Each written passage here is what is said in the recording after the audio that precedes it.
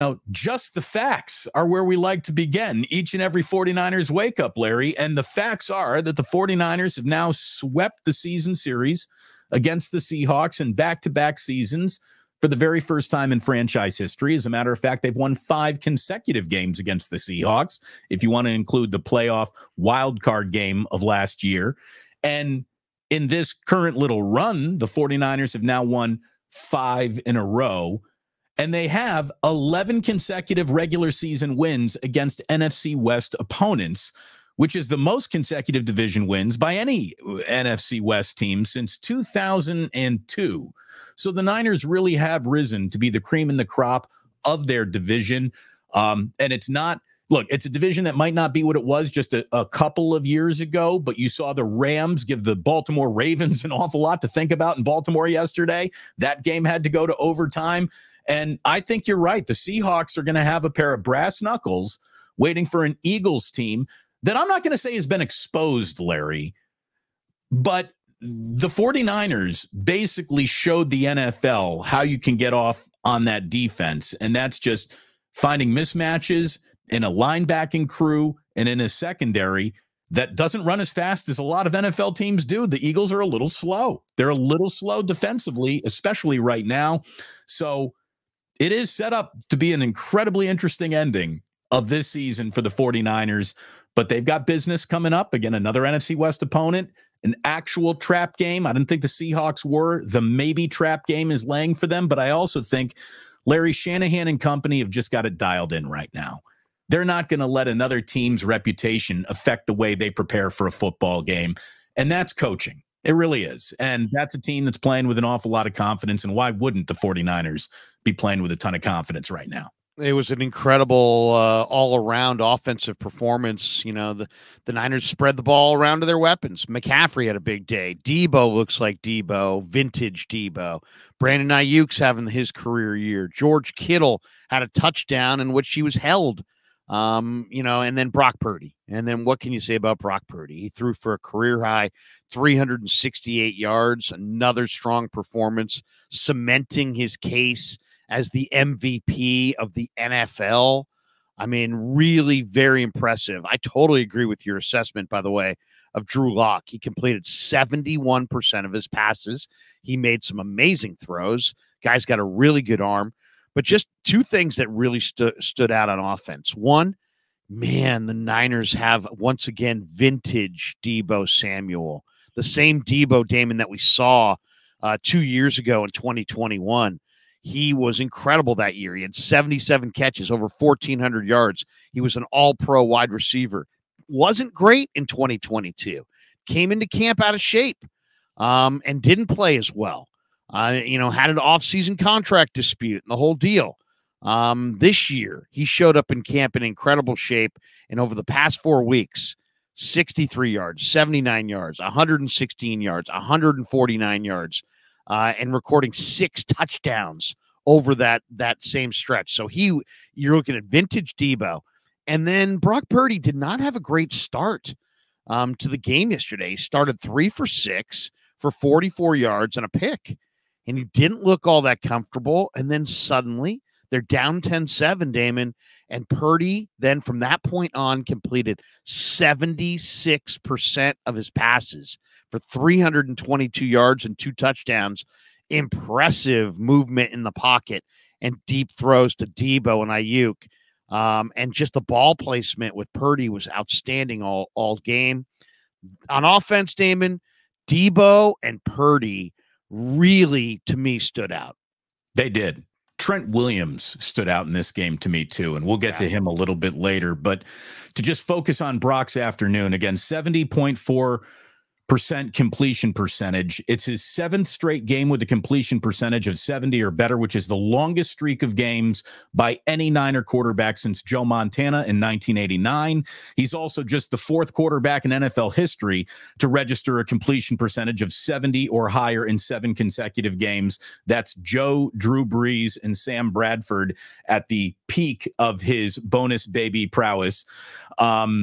Purdy now has 12 games in his first 2 seasons with a passer rating of 110 or more, which ties Hall of Fame Miami Dolphins quarterback Dan Marino for the 3rd most such games in a player's first 2 seasons in NFL history.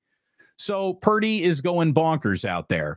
And what's really, I think, impressive, I wouldn't even call it a great day for Brock. It was just a day for Brock where he was getting aggressive. He hit a few big, deep throws. But it was, when we talk about the great games that he's played this year, I don't even know if I'm going to bring up the Seattle game. He played really well, but it wasn't one of those like, oh my God, afternoons. It was a day of feast or famine, and he spent most of his day feasting on some big chunk plays, and so did McCaffrey. But it wasn't one of those, like, as I was watching the game, I thought, yeah, he's playing well. But it wasn't until the box score opened up where I'm like, oh my God, I didn't realize he was playing that well this afternoon. So when you can almost make it look easy in real time, that's when you enter the conversation of you're a very special player. The special players in this league make it look easy. And it's just really coming easy for Brock. And considering where he is in his career, not even through his 2nd full season, it's incredible, Larry. I mean, he is taken to this league in a way that really, in my lifetime, it's a small handful of guys. And it's rare that they're quarterbacks. You see a corner step into the NFL and just be a badass. You see a running back step into the NFL. Sometimes a wide receiver does it. An offensive or defensive lineman will do it every now and then. But to be a quarterback that looks like a polished, finished product so early in a career, forget about the starting point. Like, if Brock Purdy had been the number 1 overall pick in the draft, he's still playing above that expectations. I mean, it's the truth. If he had been the number 1 overall, he is outperforming the expectations that would have come with that. Not only, Larry, do the 49ers have their quarterback, like, for sure. Here's your quarterback, folks. You were turned the page. No matter what page you landed on, you'll always look for another page. You can stop looking for the next chapter. This is your quarterback. He's right here. And he's not just like a good middle of the pack, acceptable on game day, Jimmy Garoppolo, we can win with him, type of quarterback. This guy's one of the 5 best quarterbacks in football. There's nothing to debate there anymore. He's one of the 5 best quarterbacks in football. He's got the numbers. And oh, by the way, Brock Purdy wakes up this morning with the 2nd most passing yards in the NFL, one of the rare categories that he was, about 7th in when he's number 1 everywhere else. So today he is 2nd in the NFL in passing. This chat makes me laugh. Steven Saunders. Larry told Colton McKivitz it's bird hunting season, and he took that personally. Yeah, the Niners have gone incredible and gotten hot in this bird crazy run they've got. All I will say about Brock Purdy is that it makes me laugh. I was thinking last night as I'm driving home, how many people were like, yeah, well, wait until he, going into that 2nd matchup with the Seahawks. Yeah, well, here's a team that wait until they see him a 2nd time around. See, they got him. They saw him the first time, and he snuck up on them. He's now beaten them 4 in a row. Right. He essentially is to the Seahawks what Russell Wilson was to the 49ers. He is officially Seahawk kryptonite. And that's why Dave Softy Mahler, when he hears people complaining about Brock Purdy, is like, what? Because he would dream of having a Brock Purdy. But yeah, right now, the 49ers have their guy. They have their guy. And to me, if you really think about, if you go on to crystallize what's so special about Brock Purdy that we're getting all excited about, other than the results and the wins, and like, if just from a clinical standpoint, watching him play, is there anything that you can point to and say, wow, that's really special? And I would say it's the combination, Damon, of quiet feet and quick feet. He's got quiet feet in the pocket in that he's not afraid of the rush. How many times did you see Jimmy Garoppolo's feet pitter patter, pitter patter, pitter patter, pitter patter? You know what I mean? So that's what we call loud feet. Quiet feet, you're just standing there the way Tom Brady does, or did, the way that Aaron Rodgers did, where you've got that, where your feet are, you're not worried. But then he also has quick feet, so he can move within the pocket, which I thought he did expertly yesterday, especially on a couple of those where I'm watching it on the binoculars and the left, the right side of the line is giving pressure. And instead of, hitting that escape hatch and just sprinting out of there. He just subtly moves to his left, keeping his eyes posted down the field the entire time, and then delivers a strike down the field to one of the bevy of his, one of his bevy of weapons. And it's just, that's a really hard thing to do. Either you have quick feet, you're young and you're fast and you got quickness, but you also are kind of helter-skelter, or you're like that veteran who's got quiet feet, but you don't have quickness and you can't really move around. This guy's got the quickness within the pocket, quick feet, and then quiet feet. Yeah. And I just think right now I'm watching it and I'm like, is this for real? Like, I thought this guy was pretty good. And I said it, but I didn't see quite the upside that we're seeing right now. And I'm just sitting there going, you got to be kidding me. And then you go in the locker room after the game, Damon, and you talk to his teammates, and they're not shocked. They're not surprised. Damon, it's gotten to a point where they expect it. They expect this kid to play this way every week. Well, I've already said we're almost in Brock Purdy 2.0 because now he's playing with a level of expectations attached to him, and he's been doing that since the bye week, and he's more than delivered in almost every single game where it was asked, all right, can he step up to meet this moment? He's more than met just about every moment that's been in front of him. I mean, even during the 3-game losing streak, there's an argument to be made that he did not play that poorly in those games. But I don't even want to go back that far. We're talking about what just happened Sunday against Seattle.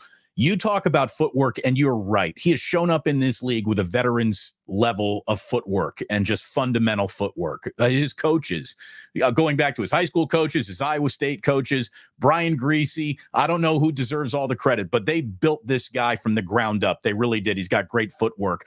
I'm going to go to the other side of the player's body, though, Larry. I'm going to say it's his eyes. This guy's eyes are always downfield. You're going to pull, Aaron's got beautiful eyes. I told Chris Webber, you've got beautiful eyes. That's my Ralph. Have you ever made eye contact with Cal Ripken Jr.? Don't do it. Don't do it. They're Exorcist blue. You'll question yourself. Don't do it. But no, his eyes, they're always downfield. They're never on the pressure. They're never on the play that's in front of them. They're always on his progressions and his targets. And Larry, it's the CPU. You know, what makes a computer go? It's that processing unit. And he goes through the field and through his reads and through his progressions like a 10-year NFL veteran. He really, truly does. And beyond that, I want to keep on coming back to something that Steve Young has always talked about, a catchable football. Yeah. Forget about arm strength and talent. Does he throw a catchable ball?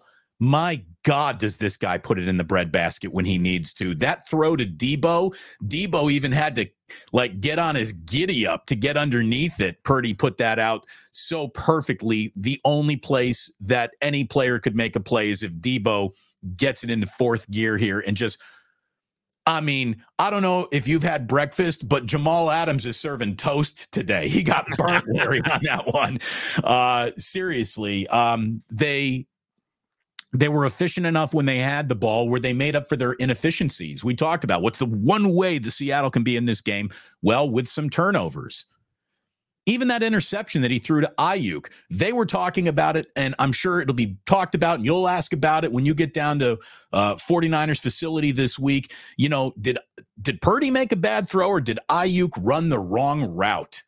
And they were even discussing it. Greg Olsen was saying, look, Purdy has made this pass all year long, and I just think Ayuk might have been in the wrong place, and Love came up with the very nice interception. Love had a pretty good game. He really did. Oh, pretty good game. That Julian Love, my God. Okay, interception, good. Force fumble, big hits. Julian Love. I mean, my God, what a free agent signing. The former Golden Domer was huge. Absolutely huge. Me that Jamal Adams is supposed to be the star and he's the other guy. I'd say you might have that the other way around just based on yesterday. Julian Love had himself the game of his life. I mean, or that's a great, great player. He was with the New York Giants and they stole him in free agency this year. No, I was watching the Ayuk, the Purdy to Ayuk throw, and I thought Ayuk hesitated for a half step on the route and may have kind of ended his route a little early. Brock led him a little too much. Correct me if I'm wrong, because I didn't go back and with the fine tooth comb late last night on this particular play. I watched the game again, but I think I might have dozed in the middle of this play. Did Ayuk tip that ball, Damon? He did. It went off his fingertips. Okay. That's what I thought in real time. But other people said, no, it wasn't tipped. And I'm like, yeah, no, he tipped that ball. So, it was a combination where I felt like Ayuk didn't finish the route. And then he got himself leaning and he reached for it. It tipped off his fingers and then it fell right into the arms of the defender. So, I mean, that it's going to happen. I mean, especially if you're Brock and you put it out there, you talk to a quarterback, any quarterback, about his receivers, Damon, and if they're paying those receivers a compliment, they'll say, he'll go get it for you, man. He'll go get it for you. And what they mean is oftentimes in the NFL, quarterbacks throw to spots, right? And receivers just have to get to that spot. And Brock is as good as anybody is just dotting those spot throws and just putting it on that spot. And I think in this particular situation, if we had them both sitting here, I bet you Brandon would say, I didn't get to my spot. There was an awful lot of my bad in his body language. Well, on the sideline. The close up on the sideline, you could just see, Ayuk was you could tell he thought that it was on him. And one of the reasons why Purdy is a huge leader in this locker room so early in his career is he would never, ever put that on Brandon Ayuk. He'd tell you that he needed to make a better throw. And making better throws is really what he did all afternoon. Again, Larry, back to just the facts. 527 total yards on the day. It's the most yards in a single game this season by the team and the most yards that the Niners have registered since 2019 when Jimmy Garoppolo won that shootout in New Orleans against Drew Brees. Debo had a monster game.